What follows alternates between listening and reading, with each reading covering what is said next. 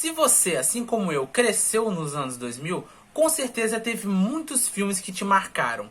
E é disso que nós vamos falar hoje. Os filmes mais marcantes dos anos 2000. Depois da vinheta.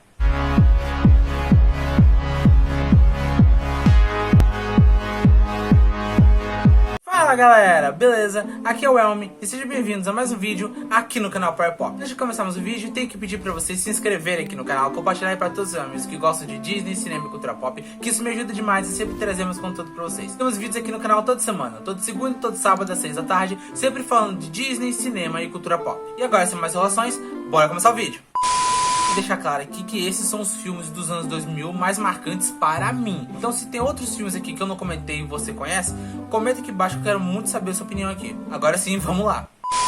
Os anos 2000 foi a época das adaptações de livros de fantasia para o cinema. E uma dessas adaptações foi justamente Harry Potter e a Pedra Filosofal, de 2001. Harry Potter descobre que é um bruxo e vai estudar na escola de magia e bruxaria de Hogwarts. Lá ele vai descobrir muitos segredos do seu passado. Harry Potter já estava sendo um sucesso nos livros, então era inevitável que em algum momento ia ganhar uma versão para o cinema mesmo. E conseguiram, porque na minha opinião o primeiro filme da saga é muito bom. É muito legal visitar esse universo mágico pela primeira vez, ver como esse universo funciona, as coisas que só esse universo tem, é uma coisa muito mágica. Claro, o filme não é perfeito. Ele tem alguns defeitos, como, por exemplo, eles mudaram muita coisa que tinha nos livros, eles mudaram no filme. O diretor desse filme, o Chris Columbus, ele não é lá o melhor diretor do mundo. E em questão de direção mesmo, de mexer câmera, coisa assim, ele não é o maior diretor pra isso. A atuação do Trio de Ouro não tá lá aquelas coisas, principalmente o Daniel Radcliffe, que aqui, realmente, ele foi melhorando com o passar da franquia. Mas no primeiro filme de Harry Potter,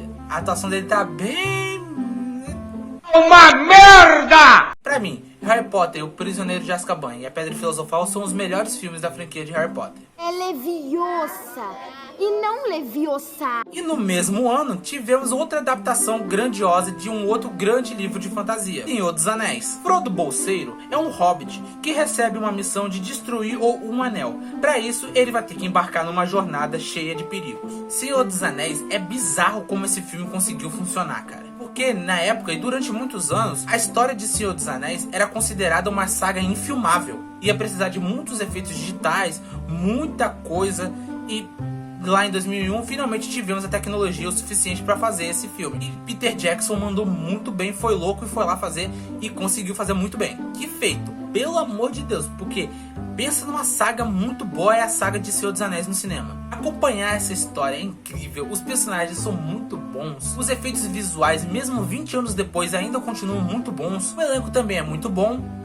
mais ou menos. Eu não curto tanto o Elijah Wood como Frodo, nem o Orlando Bloom como Legolas, mas tudo bem. Sim, Senhor dos Anéis foi um grande marco dos anos 2000. Quando Saruman, o sábio, trocou a razão pela loucura. Agora, um filme que com certeza não poderia faltar nessa lista é o live action do Scooby-Doo. Depois de uma treta interna, a Mistério S.A. se separou, mas 2 anos depois, eles se reúnem de novo na Ilha do Espanto para resolver mais um mistério. Um dos filmes que eu mais ri em toda a minha vida. Muito por conta do roteiro do doente do James Gunn, que esse cara é maluco, mas é um ótimo roteirista. A aventura também é muito interessante. Os personagens são muito fiéis à animação, mais ou menos, que tem muitas diferenças, mas no geral são realmente muito bons na animação. Gosto como esse filme começa como se fosse um episódio de Scooby-Doo mesmo. Depois ele subverte isso e vai para outro lugar, mas o roteirista é muito bom, né? O roteirista e a direção que é do James Gunn. Fora a dublagem do filme, que na minha opinião é perfeita. Como não lembrar de momentos icônicos como aí a perua falou, tá afim? E eu disse, agora não. Fred por Fred.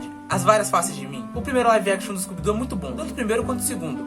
Eu acho que eu assistia mais o segundo do que o primeiro, mas os dois são muito bons. Olha, eu sou um homem de conteúdo. Barancas que nem você também me deixam excitado. Indo agora para as animações, é claro que o nosso ogro favorito não poderia ficar de fora, né? Shrek. Shrek é um ogro que só quer viver em paz no seu pântano. Mas quando um bando de personagens de conto de fadas invadem o seu pântano, ele se enfia em uma missão para resgatar a princesa Fiona. Shrek é um filmaço. Assim como o live action do Scooby-Doo, na minha opinião, ele já é um clássico. Como todas as zoeiras que esse filme faz com a Disney, com os contos de fadas, ao mesmo tempo que traz uma mensagem muito bonita sobre preconceito, padrão de beleza, aceitação. Que saudade dessa DreamWorks, na moral, que saudade. Gostava muito dessa DreamWorks que não tinha medo de brincar bem pertinho ali da censura, sabe? Que tinha umas piadinhas de Shrek que, né? Como não lembrar do momento icônico do...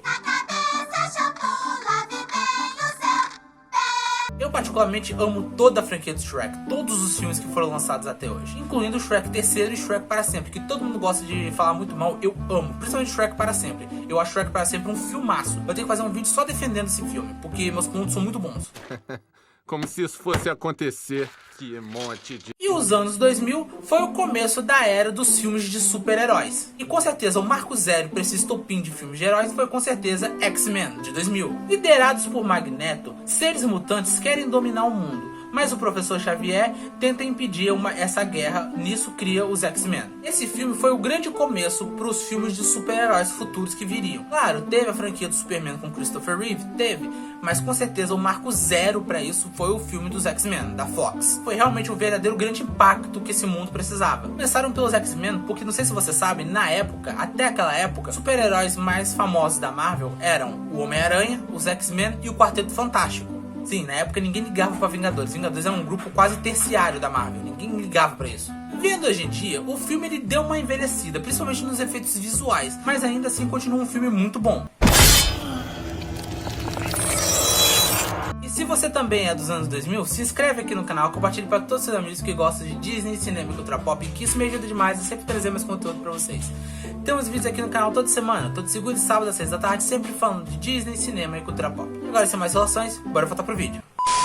Se o filme dos X-Men foi o marco zero para essa leva de filmes de super-heróis, com certeza Homem-Aranha foi o grande boom que esse universo também precisava. Peter Parker é um nerd comum, até que ele é picado por uma aranha geneticamente modificada e ganha superpoderes e vira o Homem-Aranha. A quantidade de vezes que eu assisti esse filme não tá escrita. Eu sei de qual é salteado o filme do Homem-Aranha, porque realmente na época foi um filme muito bom, marco nos filmes de super-heróis. História muito boa, bem contada, a direção do Sam Raimi é muito boa, ele é um ótimo diretor, e eu gosto muito dos 3 filmes do Homem-Aranha. Sim, até do terceiro filme. Eu concordo que Homem-Aranha 3, do Sam Raimi, é um filme ruim, eu concordo plenamente com isso, mas esse filme marcou minha infância, eu não consigo não gostar desse filme, não dá, eu não tenho essas forças. Então sim, o filme do Homem-Aranha tinha que estar nessa lista sim.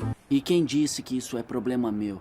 E nos anos 2000 também foi a era das adaptações dos filmes de terror de outros países para os Estados Unidos, principalmente do terror japonês. E um deles foi O Chamado. Rachel é uma jornalista que investiga uma fita de vídeo amaldiçoada. E agora eles vão ter que dar um jeito de resolver isso. Esse filme é a versão americana de um filme de terror japonês chamado Ringo. E eu ouso dizer que O Chamado é melhor que o Ringo original. Na época esse filme foi realmente impactante. Todo mundo ficava cagado de medo de pegar uma fita VHS e calhar de ver aquele vídeo bizarro da Samara. Porque VHS na época era uma coisa super acessível. Eu mesmo tinha uma VHS, então, né? Eu mesmo tinha um cagaço desse filme, absurdo, absurdo. Vendo hoje em dia, ele ainda continua muito bom. O problema é que ele tá preso na sua época, né? Ele tá preso nos anos 2000. Eles até tentaram fazer umas sequências depois, mas O Chamado 2 e 3 é uma bosta. Não assisto. O 2 até vai, mas o terceiro, puta vida.